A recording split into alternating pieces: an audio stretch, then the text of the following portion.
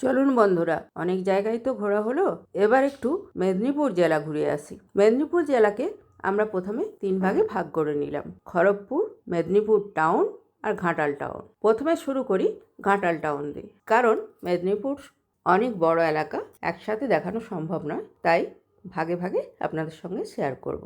ঘাটাল শহরের বলতে গেলে প্রথমেই বলতে হবে শিলাবতী নদীর কথা। শিলাবতীর দুই তীরে অবস্থিত ঘাটাল শহর। এই শিলাবতী নদীকে যুক্ত করেছে বিদ্যাসাগর সেতু।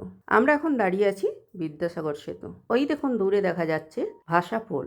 এটা ভাষাপোল নাম হলো এই কারণেই, ইংরেজ আমলে এই পোলটা তৈরি হয়েছিল। নৌকো দিয়ে বেঁধে বেঁধে এই পোলটা তৈরি করা হয়েছে। যখন নদীতে বেশি জল থাকে তখন নৌকোর সংখ্যা বাড়িয়ে দেওয়া হয়, আবার যখন জল কমে যায় তখন নৌকোর সংখ্যা কমিয়ে দেওয়া হয়। স্বাধীনতা সংগ্রামীরা এখান থেকেই পারাপার করতেন। মেন ব্রিজ দিয়ে যেতে গেলে ধরা পড়ে যাবে, তো তাই এখন আমরা চলেছি ভাষাপোলের উপর দিয়ে। দেখুন ভাষাপোল থেকে বিদ্যাসাগর সেতু কেমন দেখতে লাগে। ঘাটাল শহর মনে পড়লেই মনে পড়ে অনেক স্বাধীনতা সংগ্রামীদের কথা, যেমন ক্ষুদিরাম বসু জন্মগ্রহণ করেছিলেন মেদিনীপুর জেলার মৌবনি, যেটা এখন হাবিবপুর নামে পরিচিত, সেই গ্রামে। এই বীর স্বাধীনতা সংগ্রামী 18 বছর বয়সে ফাঁসির দড়ি গলায় নিয়েছিলেন। এরকম ছোট্ট ছোট্ট অনেক কাহিনী আপনাদের সঙ্গে শেয়ার করব, তার জন্য আমার চ্যানেলটা সাবস্ক্রাইব করে সঙ্গে থাকুন। শিলাবতী নদীর বাম পারে অবস্থিত বা পশ্চিম পারে অবস্থিত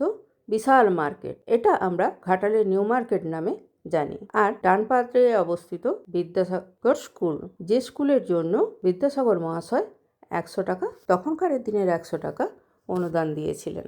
এই সেই বিদ্যাসাগর স্কুল। এর সঙ্গে সঙ্গেই আপনাদের শেয়ার করব অনুকূলের ঠাকুরের আশ্রম এবং বীরসিং বা বিদ্যাসাগরের জন্মস্থান, সেটাও আপনাদের ঘুরে দেখাবো। আপনারা আমার সঙ্গে থাকুন। আজ এই পর্যন্তই। পরবর্তী পর্যায়ে আসছে বিদ্যাসাগরের জন্মস্থান বীরসিংহ গ্রাম। আপনারা একটা লাইক করে আমাকে উৎসাহিত করুন, তাহলে বুঝতে পারবো যে হ্যাঁ, আপনাদের আমার এই ভিডিও ভালো লাগছে। আমি মেদিনীপুরের আরো অনেক খুঁটিনাটি জিনিস আপনাদের সঙ্গে শেয়ার করব, দেখে শেষ করতে পারবেন না। ধন্যবাদ।